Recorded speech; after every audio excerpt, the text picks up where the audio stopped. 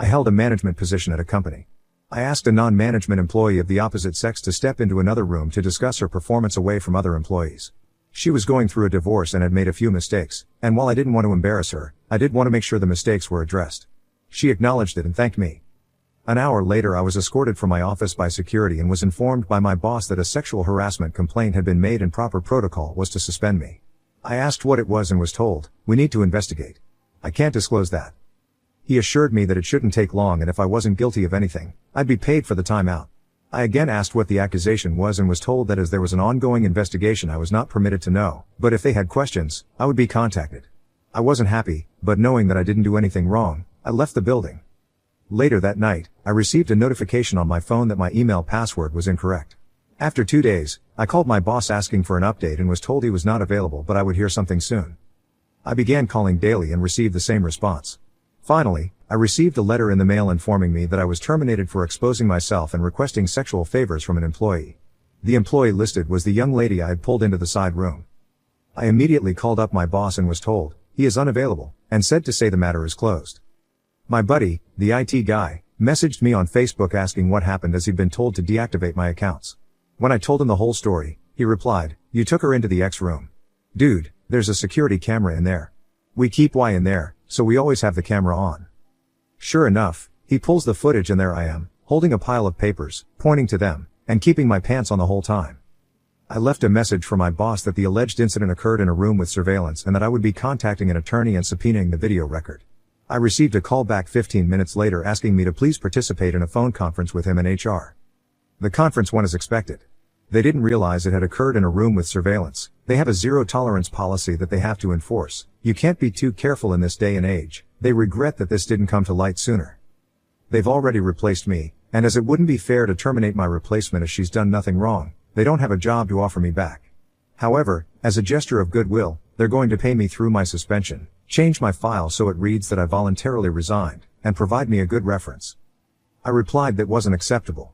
They made a false accusation against me, withheld vital information that I could have easily refuted, refused to take my calls, and completely failed in their own investigation by not checking video footage that would have immediately exonerated me. They asked what I thought would be fair. I told them they could immediately terminate the employee who made the accusation and either give me my job back or pay me out 1 year's salary in addition to what was offered. My boss said that he could not discuss another employee with me, and that neither of those options are feasible. The only options I have are what he already offered. I replied that the options I gave are the only way I'm not going to sue the company along with the employee. My boss replied that I signed an agreement when I was first hired saying I would take all disputes through arbitration and that I waived my right to sue the company. I do not remember signing the agreement, and I have not seen it, but it apparently says that I will take all disputes to arbitration, I will bear the costs of arbitration, and that I will accept the decision in arbitration. He stated that I will not fare any better in arbitration than he's already offered and I'll be out the money to cover the arbitration. I feel like I'm being bullied here, and don't think he would have scheduled a phone conference with such immediacy if he didn't think the company was vulnerable to a lawsuit. I'm waiting on a call back from a few employment attorneys. Do I have a case? Am I wrong to feel that this is unacceptable?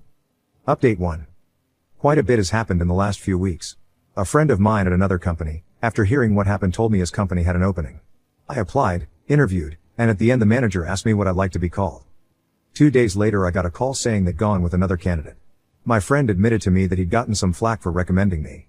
Apparently HR had worked with one of the employees at my former company, and called the employee to ask what the deal was with me. To which the employee responded, he got fired for sexually assaulting a subordinate. I think he's actually being charged criminally. I'm literally crying as I type this. It's a nightmare that won't end.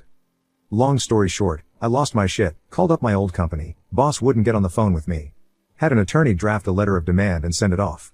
Had another phone conference scheduled. They once again regret that an employee provided a reference outside of the prescribed channels.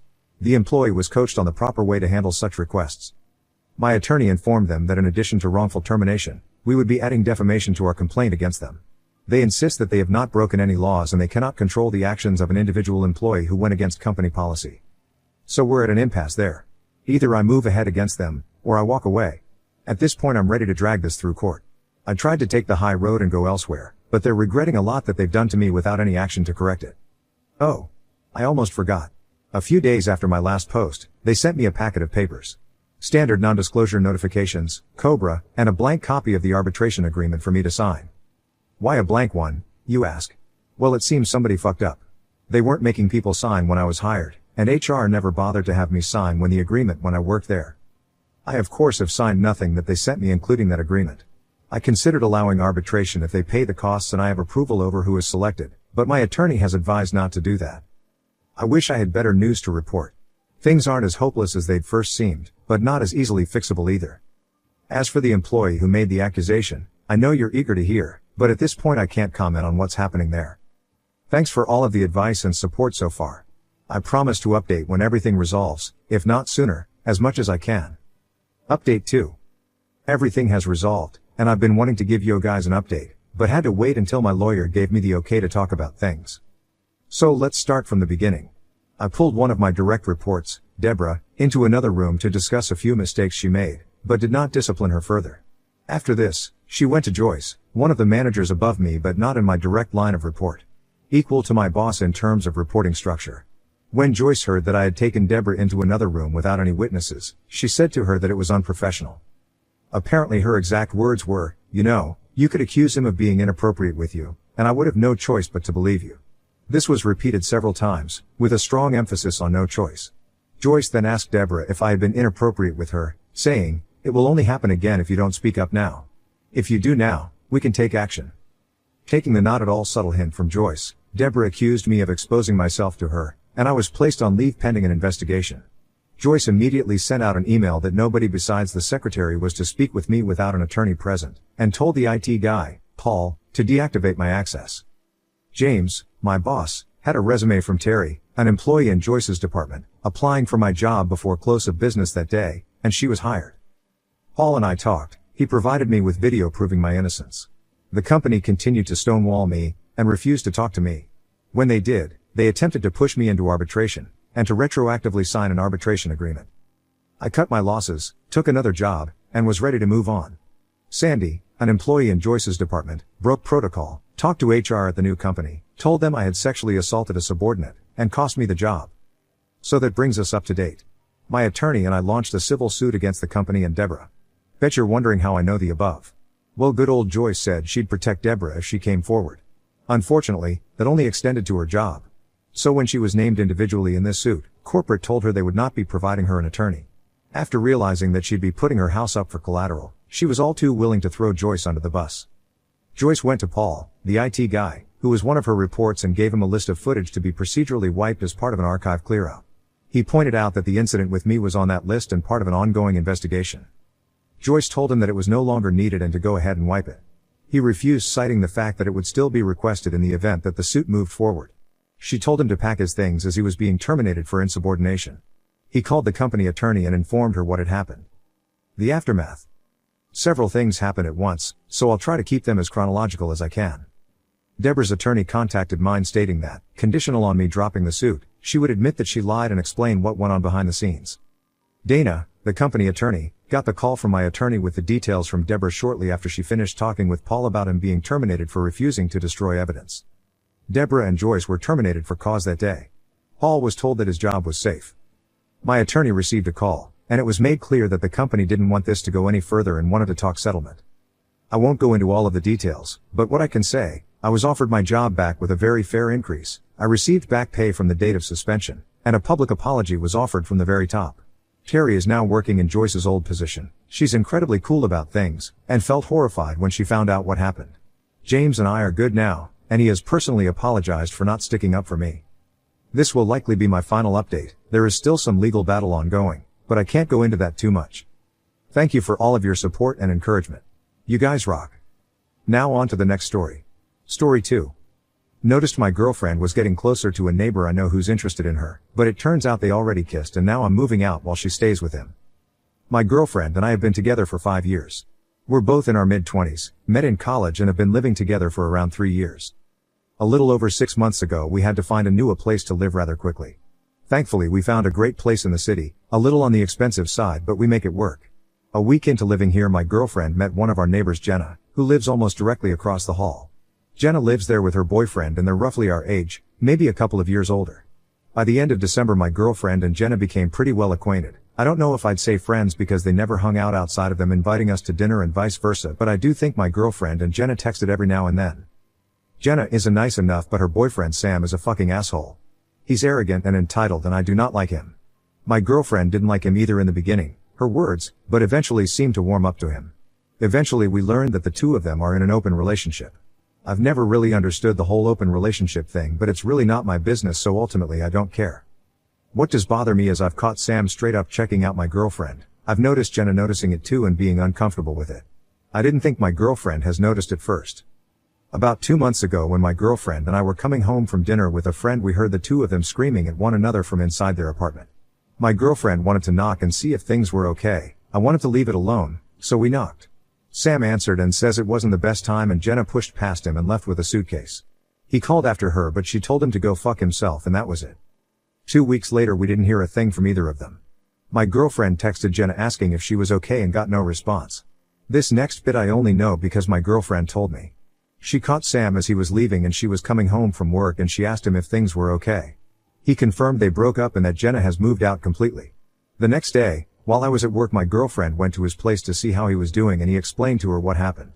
It's not really relevant, but because I know some people may be curious, apparently he cheated and Jenna broke up with him. I feel like there's more to the story, but I don't know if that's all Sam told my girlfriend or if that's all she told me. Ever since, my girlfriend and Sam have been texting pretty much every day, if not every other day. I told her I'm a little uncomfortable with how close they've gotten. She said she feels bad because he doesn't really have anyone now. I told her it's his fault for being a cheater and it bothered me she has sympathy for him. She agreed to dial it back but said she won't ignore him completely. Then I asked 2 really stupid questions. The first was, if she was attracted to Sam. I expected her to say no, honestly, because she's always told me that I'm exactly her type, looks and personality, and him and I are completely different. She said that's not a fair question. When I asked why, she said she should be allowed to find other men attractive without it being an issue, and said surely I'm attracted to other women. I agreed, but I said it's different when it's a guy who's been fucking her at every opportunity. I took her silence after that as a yes. I also took it to mean she actually did notice him checking her out. The second stupid question was if she has the opportunity to sleep with him, guilt-free, would she? She again said I'm being unfair because if she says yes then I'll be pissed even though she'd have permission to do it. My response was, so that's a yes. We were quiet for a while after that until someone texted her. She looked at the message and then looked away and I asked who it was. She didn't answer me and I got visibly upset. I started walking to our bedroom and grabbed a bag to pack some clothing. She followed me and said they're just friends. I asked if she would be willing to show me her phone. She hesitated but said yes, but the hesitation was enough for me. I grabbed my bag and my laptop and told her I just need to get away from here for a while and clear my head.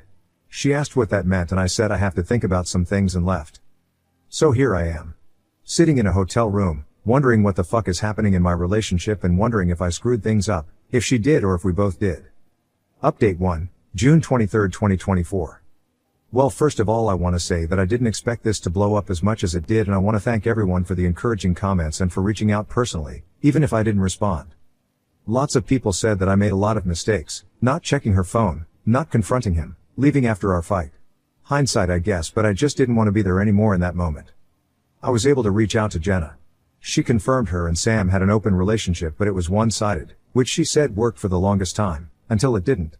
She said she told Sam after the first time we were invited for dinner my girlfriend was off limits. Then she confirmed she came home and caught them kissing. She also said it's not the first time he's broken the rules. She apologized for not telling me sooner but said she just wants to put him behind her. She also asked me not to contact her again. I called my sister afterwards. She's the one who helped me find Jenna's socials, and we talked about me coming home for a while to clear my head. I said that entirely depends on what I find when I get home. I might have been able to forgive a kiss. When I got home last night our apartment was empty.